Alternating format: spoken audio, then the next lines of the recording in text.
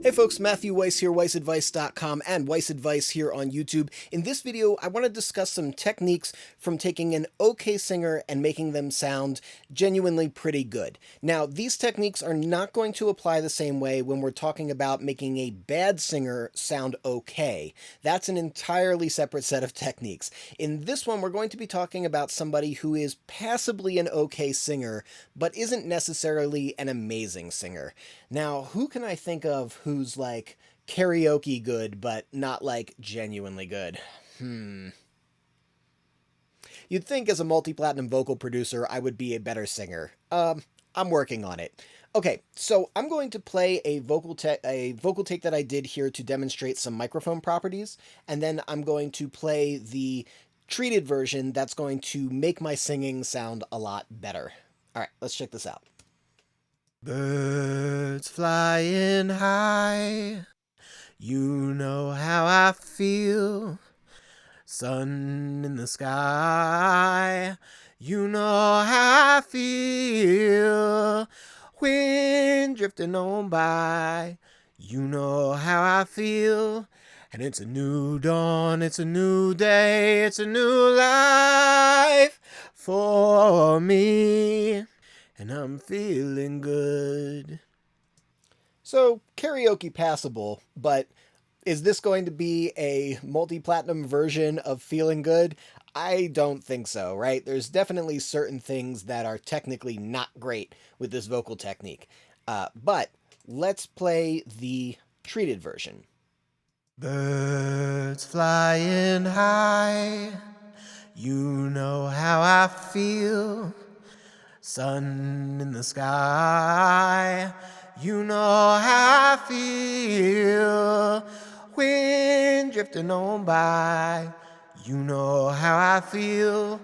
And it's a new dawn, it's a new day, it's a new life for me.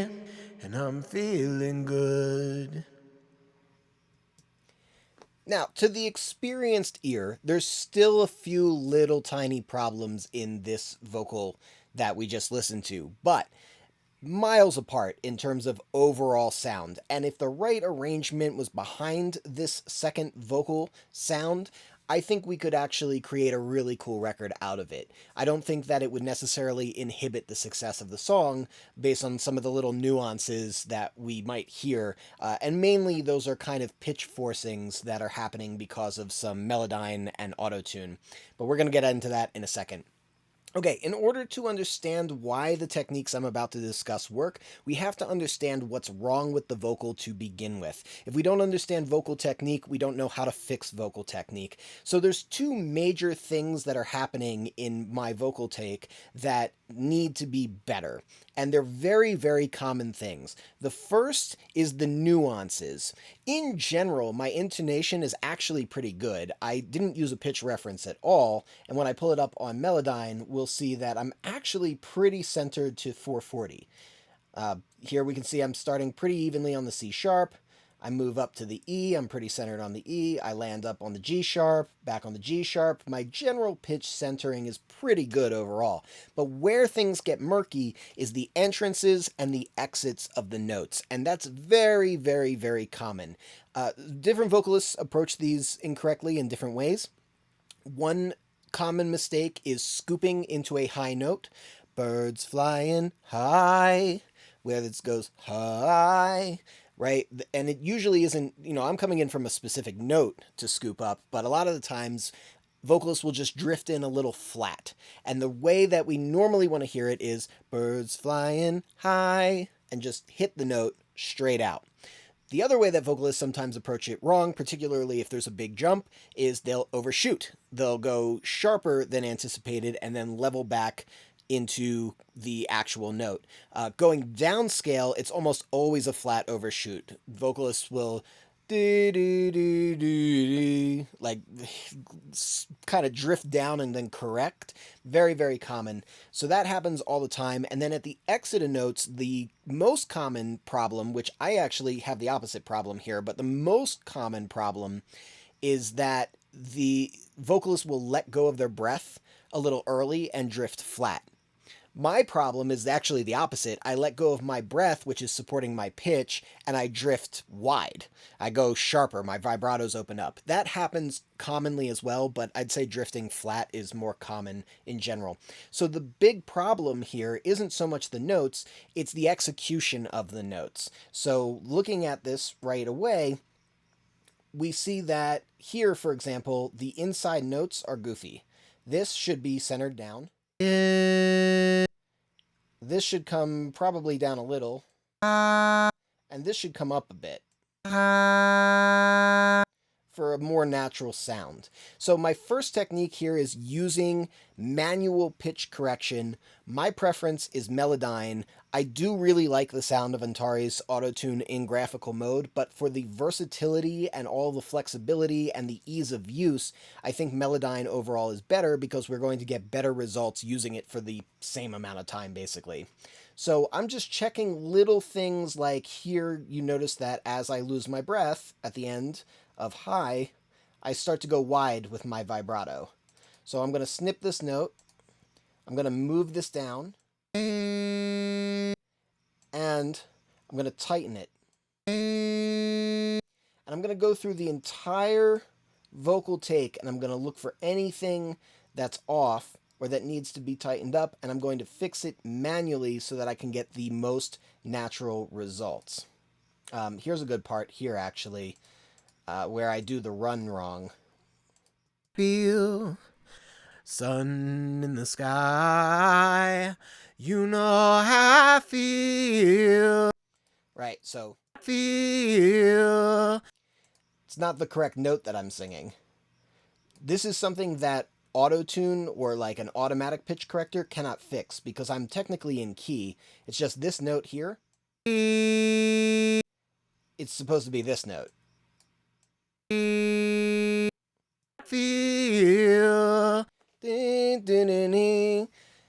By the way, if you happen to be in a vocal session and somebody's having trouble with a run like that, where it's really fast, the easiest way to get them to get it right is to just have them sing it really slowly a couple of times. You know how I feel, feel, feel, feel. Then have them do it faster. Feel. And they'll stick it a little bit better. It works almost every time. Complete aside, but important one, I think. So yeah, so I'm going through there, and my first technique here is manual pitch correction, micromanaging every moment. Okay, here, this side of the note, feel, drifts a little sharp. We move it right back in. Cool. Now, technique number 2 is going to be automatic pitch correction, but we're going to do it a little differently than we're used to seeing in pop music. So I'm going to pull up Autotune Pro here. And the way I'm going to set it is for just kind of gluing the notes together. My retune speed is set to 90, so it's very, very, very different. Typically, we see retune speeds of like 20, 25. Maybe if we want some of that auto-tune effect, we'll go down to 10 milliseconds, 5 milliseconds, something like that. This is a 90 millisecond retune speed, so it's going to be very, very gentle. In addition to that, I'm also using the flex tune. The reason I'm using flex tune is because sometimes when we're approaching a note and there's a bend to it, like maybe we come in with a little bit of scoop, maybe we let go of the note and the vibrato widens or it drifts a little bit flat. A lot of the times that's a mistake, but sometimes that just feels like the natural delivery of the voice, and we don't want to necessarily mess with that too much or it's going to start to sound robotically delivered. We want it to fit within the note frame. We want it to still be like within range of the center note, but we don't necessarily want to brute force those entrances and exits to the exact center note. That's going to create a very robotic kind of sound. So the flex tune is going to allow those entrances and exits to be a little bit naturally distuned. And similarly, I'm going to have some humanize on there because when we hold notes for a long period of time, we want to make sure that the vibrato can feel natural. The humanize is going to help with that. And also that any kind of like little bit of drift inside of a held note kind of feels like it's doing what it's supposed to naturally do as a human voice. We want to preserve that as well. So this is my setup for approaching a vocal in a more natural sense. So from here, I think I'm going to pop on over to my treated vocal, and we can just hear the combo of those two. I'm going to have auto-tune up so we can see how much actual pitch modulation it's doing. Birds flying. Let's mute the reverb. Birds flying high. You know how I feel. Sun in the sky. And even on feel, like I kind of feel like I heard a little bit too much of the actual pitch correction happening. So I'm going to push up the humanize a bit. And I'm actually going to slow the retune speed down a little more. Birds flying high. You know how I feel. Sun in the sky. You know how I feel. So I'm keeping it pretty minimal. I'm allowing for basically as much pitch variation as I can get away with. Now, once the music layers are behind there, if they're like synths that are perfectly tuned, I may decide to kind of push the auto tune a little bit faster to kind of glue the vocal in a little bit more, but it's going to depend on the natural sound of the arrangement that I'm hearing behind me. You know, if there's a lot of horns that have a natural distune to them, if there's some piano or strings that have some like tape wow that allow a little pitch fluctuation, then a little more pitch fluctuation is probably okay. Okay, now, third technique, distortion. One of the problems with this vocal, and part of this is deliberate, is that my tone is very narrow. You know how I feel. I did this recording to demonstrate some microphone properties. Specifically, in this one, I'm demonstrating how a U87 grabs nose tones and brings them forward. So I'm purposefully singing with extra nose tone. You know how I feel. And that's creating kind of a narrow tone. It almost sounds like this. You're hearing really this part of my voice. Like if I do this, yeah, this is probably the best representation. That you won't hear that consistently from an untrained singer. What you'll hear from an untrained singer is that as they move to different parts of their range, different tonal imperfections will start to show up. So a lot of the times, let me think of a few. Okay, going really high, sometimes vocalists will either go too far forward in their voice or they won't go far forward enough. If they go too far forward, you get this effect. You know how I feel. Right? Like, it gets squeaky. On really high notes, that's actually very common, even for vocalists who don't typically do that. The other mistake is sometimes the vocalist will swallow their voice into their jaw to avoid that sound, and that's how you kind of get that 80s, never gonna give you up kind of a thing, right? That can also sound really weird, and then going too much into the jaw, like losing the front of face tone going to low notes is very, very common. You know, if, hello, darkness, my old friend. You need to be here. Hello, darkness, my old friend. You can't be like, hello, darkness, my old friend. Right? That sounds terrible. So, obviously no one's doing that on purpose, but a lot of the times when singers go to their low notes, they forget that they need to push their voice even farther forward in order to balance themselves.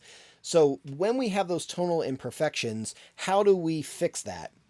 Well, in reality, we could EQ around it if it's very consistent, but it's usually not. It's usually inconsistent, and that's the problem. So the way that we fix that is we don't fix it. We do the opposite. We actually make it worse, which is a little counterintuitive, right? So our third technique here, very counterintuitive, distortion. What I'm going to do to mask my tonal imperfections here, I'm going to use some mic modeling software to make it sound like I was singing into an old dynamic microphone.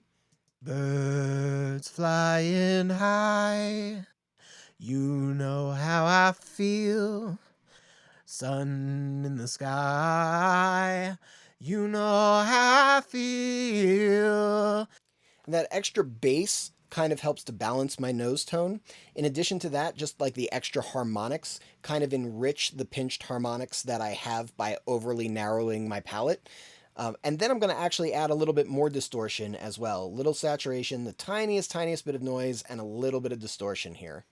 Birds flying high, you know how I feel. Sun in the sky, you know how I feel. Right, we even hear some like breakup and some clipping on that part where we normally heard the like extreme pinch of my voice. You know how I feel. So what's happening here is I'm using distortion to mask my tonal imperfections. The end result of this is we don't get the purity of my voice quite as much, right? In fact, we lose a lot of the clarity of my tone. But that's okay because the clarity of my tone is showing a not so great tone. So instead, I'm masking that and I'm doing it in a way where it feels stylistically deliberate. And that's the key to this technique. I'm deliberately trying to make my vocals sound like it was recorded through a vintage microphone on an old system, kind of like a 1950s sort of sound. And that's going to mask the tonal imperfections, add some character, and make it all feel like maybe I can actually sing better than I can, and you just kind of can't tell because of the stylistic choice that was made. So it's getting over a little bit, but sometimes that's what we got to do. Anyway, once I do that, things become a little husky and a little mid-rangey, so a little EQ just to balance that out. This is not really part of the technique. This is more just a response to the distortion. You know how I feel when drifting on by. You know how I feel. So, pretty cool.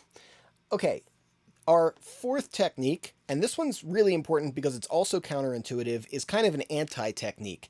The technique is to be very wary about how much compression we use. Compression is often mistaken for something that improves the sound of a voice. Inherently, it does not improve or take away from the sound of a voice. All it does is contract the dynamic range. It makes the loud stuff a little quieter. Now, compression can make things sound better, particularly a vocal, when we have something like a very dense arrangement and we need that vocal to be very, very present and forward all the time. And compression can be really great on singers who are really good, because singers who are really good, those entrances and exits that I was talking about, they stylize those. They're able to create really nice entrances and exits to their notes, a lot of nuances. Really good singers time their breathing to the rhythm. They even maybe have a little bit of tone to their breaths. That kind of stuff can be really beautiful in a good vocal take. And so compression can bring that stuff out. But as we discussed, when your vocalist is maybe not so good, one of the biggest, most common problems is going to be those entrances, those exits, those little notes in between, the ghost notes and things like that. And compression is going to bring all that stuff out. So even though we've done some pitch correction and things like that, we're still going to start exhibiting the flaws. Either the flaws are still going to be there or the artifacts from the pitch correction are going to be there. And either way, we don't want to bring those up too much. So when we're choosing our compression, we want to use compression that is generally slower in terms of attack and release. In this particular case, I'm using a LA3A emulation, and we really want to be very gentle with our compression settings. So here I've got the LA3A in limit mode, and you might be thinking limit mode doesn't sound gentle. Well, it's harder knee, so it's going to be acting on less of the vocal if I can get the settings right. Soft knee is going to act over everything. It's going to kind of glue all the dynamics together. Great for a good singer, maybe not so great for a not so great singer. So yeah, I'm going to be really just acting on the absolute peaks just to keep things from getting crazy. So I'm going to play this from before, and we'll see how much gain reduction is really being done. You'll see the needle move when we get to the loudest parts, and you can see that I'm actually only using about 70% of the compression that we're even seeing, really. Birds flying high, you know how I feel. Sun in the sky, you know how I feel. Wind drifting on by, you know how I feel. So you can see all I'm doing here is using it to just catch the absolute loudest parts of the vocal, keep it from overing, getting a better setting for our vocal and level for our vocal that's more manageable. But I'm not doing any kind of compression that would actually bring up the tails of the voice or the smaller, more nuancy parts. Really affecting that very, very little. So, gentler compression. Okay. And lastly, technique 5, reverb. Reverb is going to do the same thing that the distortion was doing with an added benefit. Not only are we going to mask some of the tonality of the vocalist by using reverb, but we can also mask some of the rhythmic imperfections of the vocalist. Now, my rhythm's not bad, but you can definitely hear that it's a little bit rushed. I mean, particularly since I'm doing this a cappella without a metronome. Where do we hear it? You know how I feel, sun in the sky. You can hear that I start that phrase a little bit rushed. Right, let's play it from before and try and find tempo. Birds flying high, you know how I feel, sun in the sky. So yes, sky, for example, comes in early, right? Its sun came in actually pretty well timed, but sky, I rushed. So reverb is going to slur that rhythm a little bit because it's producing a tail that's going to hang over the entrances and exits of the words.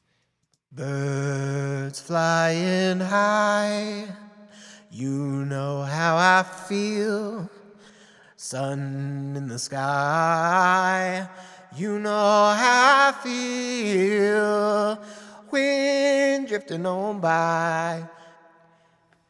Now, I think anybody who's got a decent sense of rhythm is going to be able to tell that there is a little bit of anticipation and rush to it. Like, we're not going to remove that by using reverb. We would have to use so much reverb that we wouldn't hear the voice at all anymore. But it's just going to help to kind of smooth it all over. So while instead of it sounding like it's out of time, it's just going to feel a little bit anxious.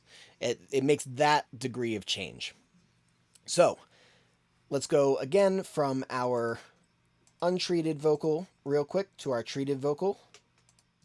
And it's a new dawn, it's a new day, it's a new life for me, and I'm feeling good. To our treated vocal.